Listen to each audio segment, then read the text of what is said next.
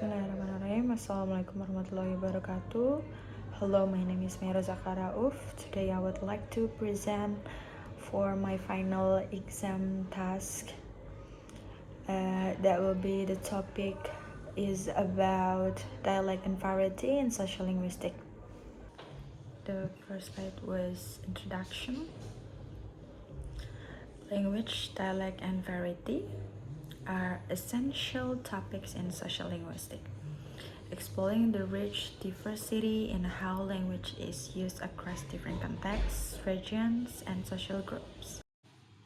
Dialects refers to particular form of a language associated with specific geographic or social communities characterized by unique vocabulary, grammar, and pronunciation. On the other hand, language variety is a broader term that includes dialects, social lexes, registers, and style of speech. These concepts are significant as they provide insight into culture, identity, social structures, and power dynamics in human communication. Language dialect. Dialect differs in pronunciation, as known as accent. There is grammar, syntax, and vocabulary while maintaining mutual intelligibility with other dialects of the same language. William Leboeuf framework is a cornerstone of modern social linguistics, providing profound insight into how language variation systematically correlates with social factors such as class, gender, ethnicity, and age. William Leboeuf provides a theoretical foundation for understanding dialects. This framework posits that linguistic variation is not random but systematically tied to social variables such as class, gender, ethnicity, and age. So, Leboeuf's study emphasized that dialects reflect both the speaker's identity and broader social context. The next slide is case of Leboeuf's study of artlessness in New York City, 1966. Leboeuf's seminal study on artlessness in New York City is a foundational example of how linguistic variation reflects social class distinction. So there is a context that Leboeuf investigate the pronunciation of the post-vocalic R, for example, in words like car and for in three department stores representing different socioeconomic strata. So the first photo was Saks Fifth Avenue. It will be upper class, and the second Macy's as a middle class and as clean as a working class. So the higher social class is at Saks Fifth Avenue. Employees were more likely to pronounce the R, reflecting the prestige associated with Rozzaq pronunciation in New York. And the second middle class is Macy's. Employees demonstrate hypercorrection, emphasizing the R more prominently when asked to repeat themselves, showing linguistic insecurity. And the third was employees at Ice Clean, show that the less Rozzicity, aligning with the traditional non-Rozzaq working class speech of New York City. So this study revealed that linguistic choices are tied to social aspiration and class identity, with individuals often adjusting their speech based on perceived audience or context to align with prestige norm. So the next, there is some dialects of English. The first one is British English dialect. There is Cockney from London, features unique pronunciation. For example, water pronounced as wa, and rhyming slang For example, apples and pears for stare. And the second was Coast from Liverpool, recognized by its distinctive intonation and pronunciation of certain consonants such as a soft K sound. And the next was American English dialects. It's from Southern American English, includes the Southern drawl characterized by elongate vowel, for example, pie pronounced as pa, pa. And the second is from New York English, known for artlessness, for example, car pronounced as car. The second dialect was Australian. General Australian English features a rising intonation at the end of sentences, often referred to as the Australian question intonation. Pronunciations may include might as might and today as today.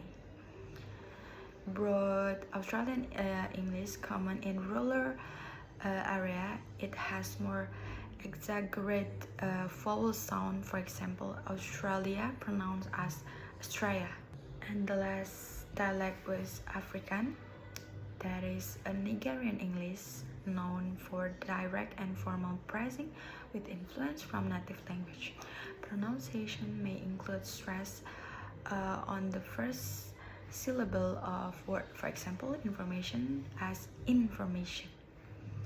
South African English was featured a mix of British influence and local adaptation. Vowel can be clipped. For example, dance pronounced as dance.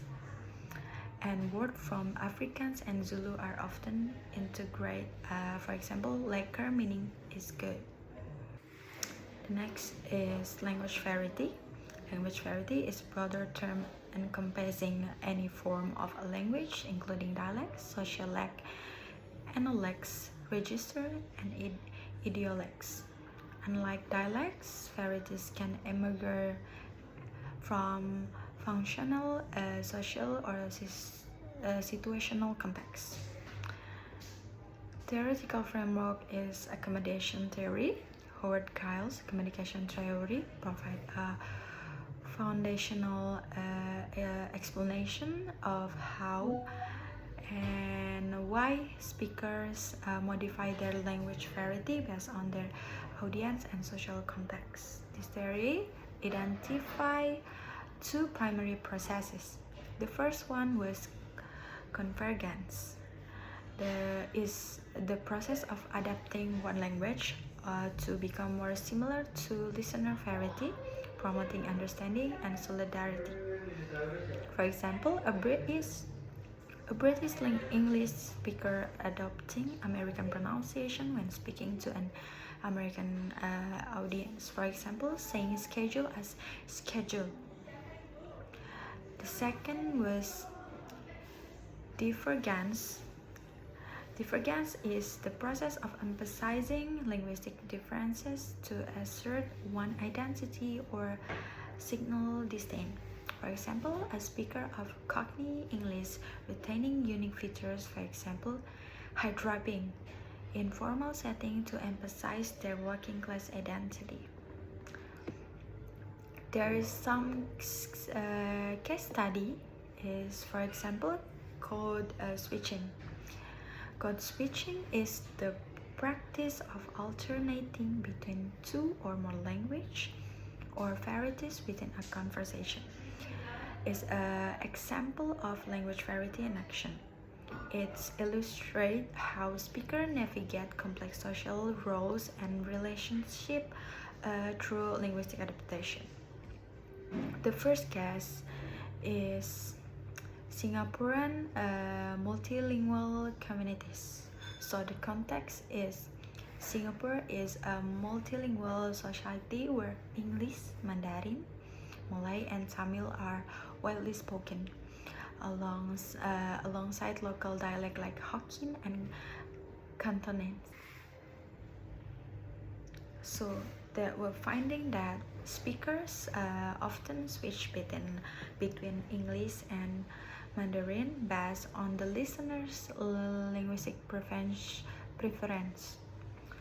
So English is used in formal and professional contexts, while local dialects are preferred in familial or informal setting. So code switching allows a speaker to balance globalized communication via English with cultural preference via dialect. For example, a Singaporean might start a conversation in English with colleagues but switch to Hokkien when speaking to an elder family member, signaling respect and cultural connection. So the conclusion is language dialects and varieties are dynamic, reflecting the rich interplay of geography, society, and context in human communication. By applying theories like variationized social linguistic and accommodation theory, it gained a deeper understanding of language diversity's roles in shaping identity and social interaction. These insights have far-reaching implications for education, media, and policymaking, encouraging inclusivity and appreciation for the complexity of language. Maybe that's all from me. Thank you.